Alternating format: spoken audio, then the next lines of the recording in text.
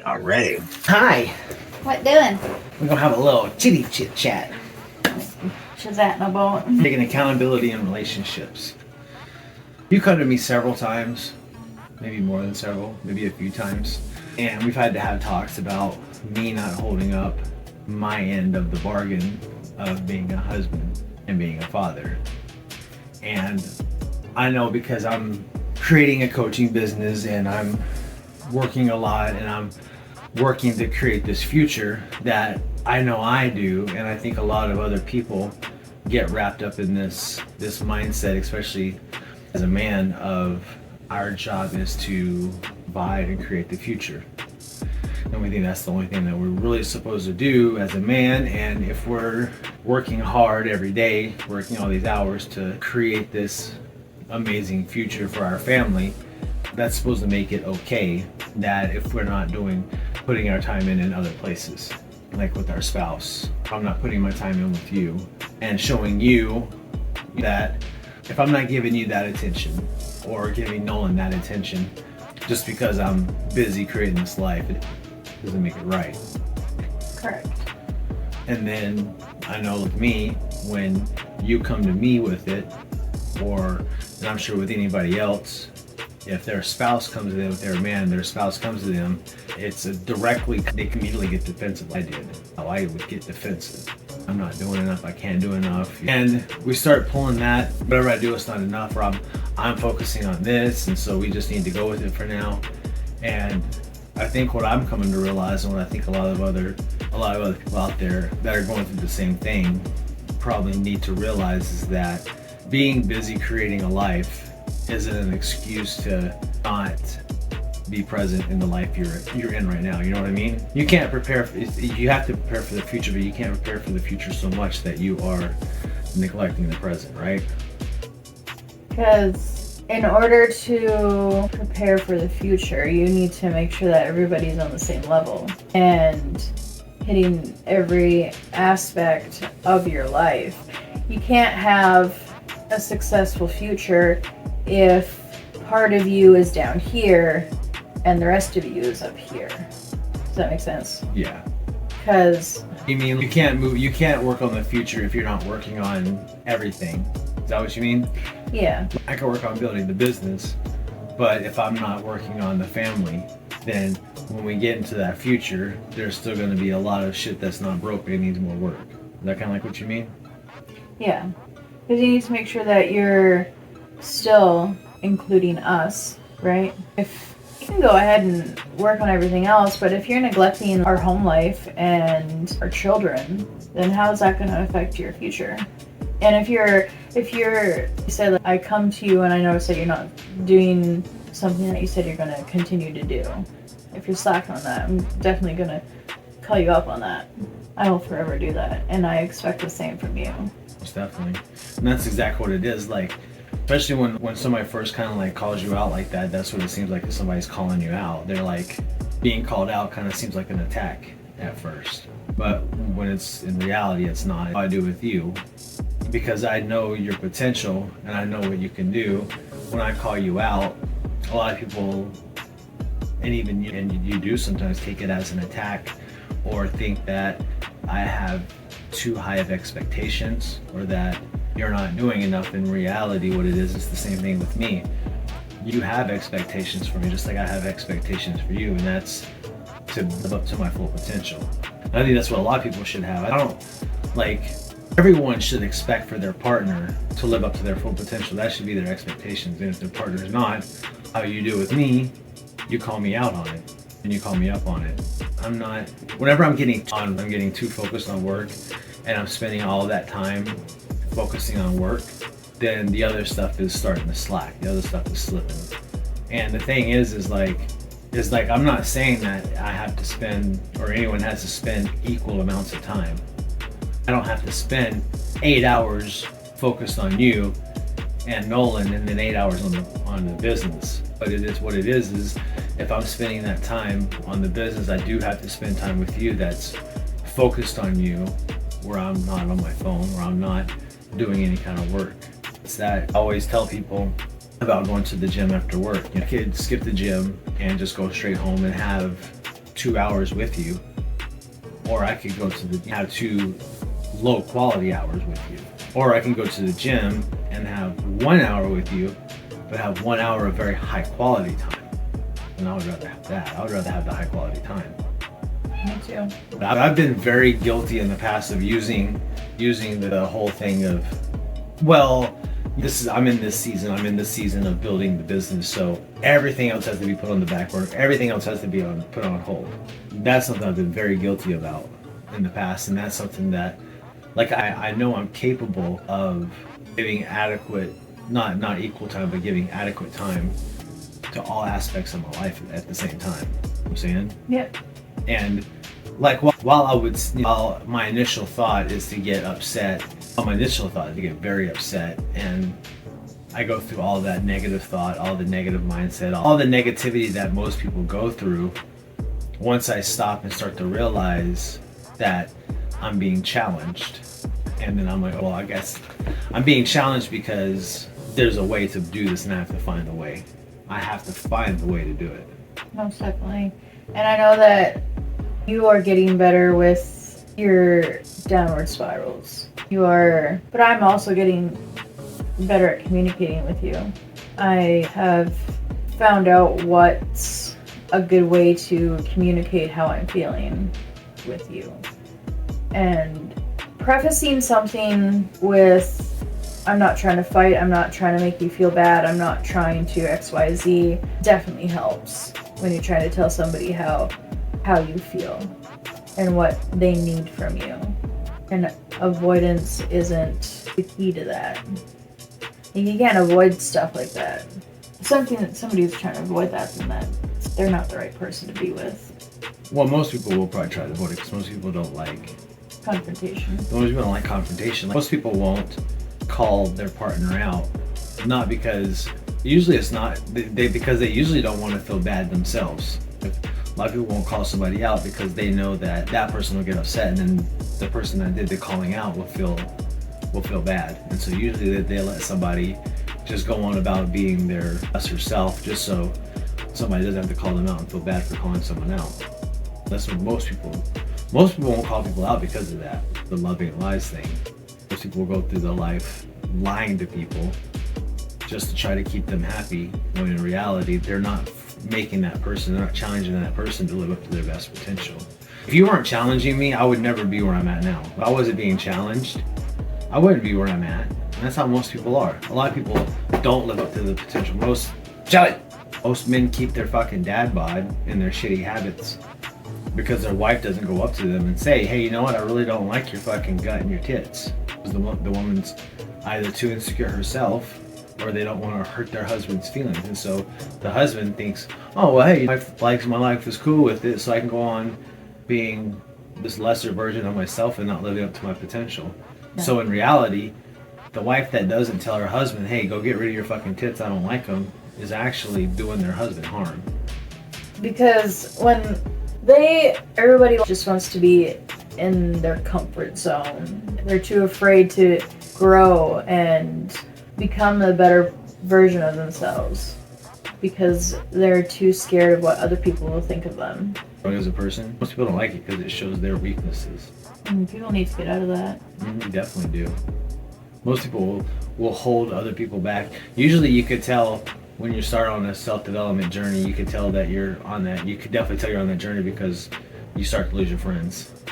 Something I've noticed, but it's something that's well known, is the personal development path is incredibly lonely because most people don't want to take that path. They just want to stay in their comfort zone. And so that's why most people who better themselves end up losing their old friends. Because people are like, oh, you're doing this? Well, I wish I could do that. Well, you can do that. You're just choosing not to because you don't want to put in the work and you don't want to get out of your comfort zone. Mm-hmm. Or why are you doing that? Yeah. Or how could you do that? I could never do that. Oh, 4 o'clock is way too early to get up and go to the gym. No. I used to think the same thing. I used to be the person that would say that, and now I do it. Everyone always says I'm not a morning person. No, everyone's a morning person. They just don't want to do it. Everyone can do all these things. They just don't do them. They just choose not to.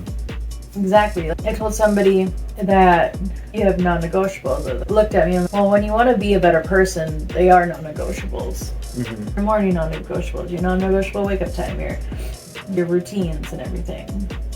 They gave me a weird look. I'm like, well, it's non-negotiable. I'm trying to be a better person. And there's a reason why it's non-negotiable. You have to make it non-negotiable because your inner bitch voice will fucking negotiate its way out. So if you don't make it, if you don't sit there and say to yourself, it doesn't matter how tired I am, it don't matter. This is what I'm doing. If you don't do that, then your little bitch voice will try to talk you out of it, and it still will. But that's why you just make it non-negotiable. You just like, no, I won't, especially as an addict. Anyone that's an addict knows how good that little voice can negotiate, because it'll negotiate its way without you even realizing it. 100%. And if you're clean and sober and you're trying to find, you're struggling, become addicted to becoming a better person. Become addicted to eating clean. Become addicted to going to the gym. Become addicted to personal development. I hate that more than anything when people I'll tell them I'm an addict. I used to be addicted to drugs or alcohol, and they ask me about, oh, I work out all the time now, I do this and that. I'm like, oh, you just traded one addiction for another. It's like, yeah, motherfucker. Of course, because I will always be a fucking addict. You're never going to get rid of that. I'll never not be. There's not one single day that I will ever wake up and not be a fucking addict. All being an addict means is that I have this ability to hyper focus, obsess about acquiring whatever it is that I'm obsessing about.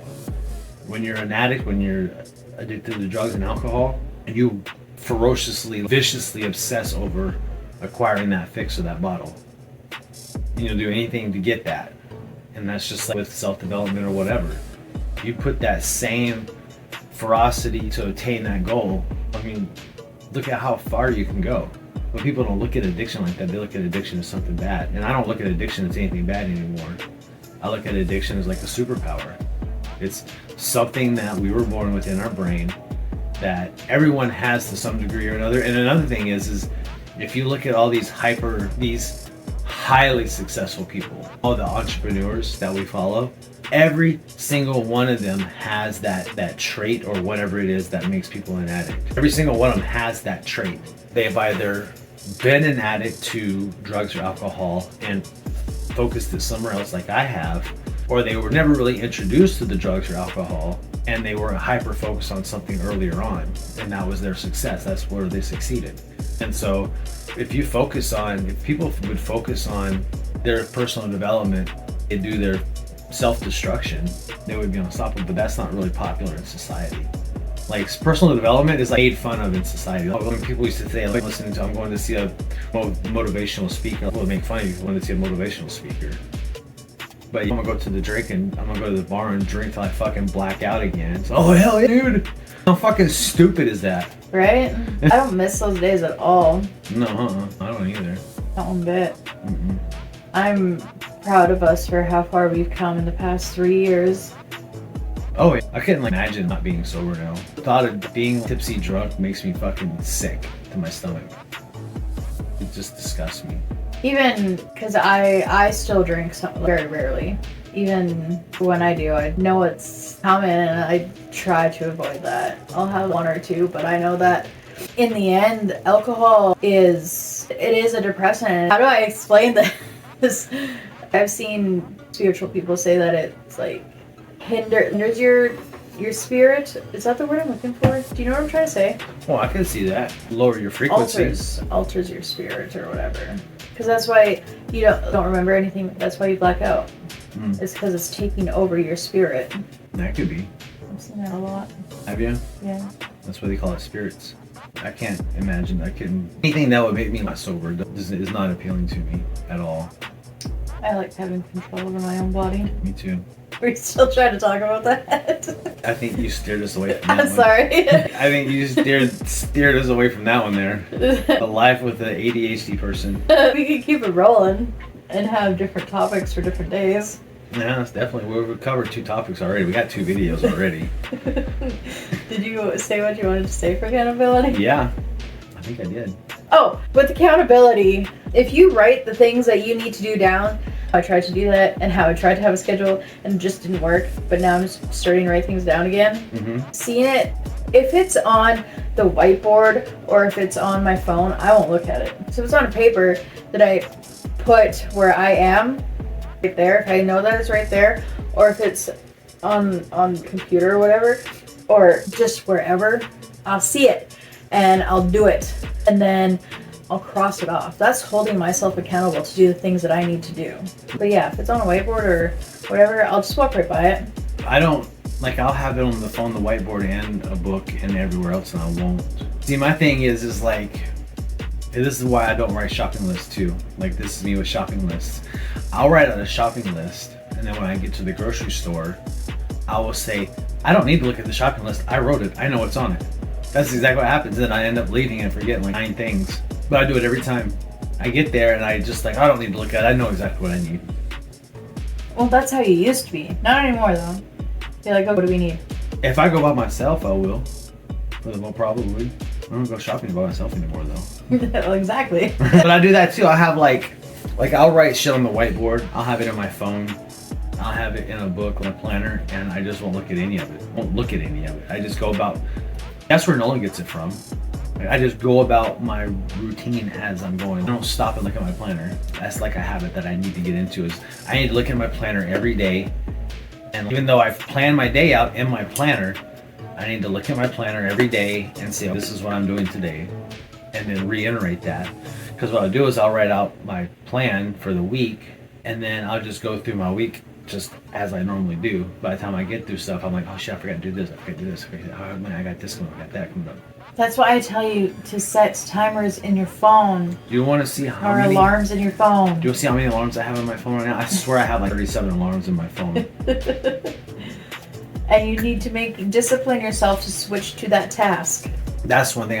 I have a problem. If something's not finished, I have a problem stopping and going to another task.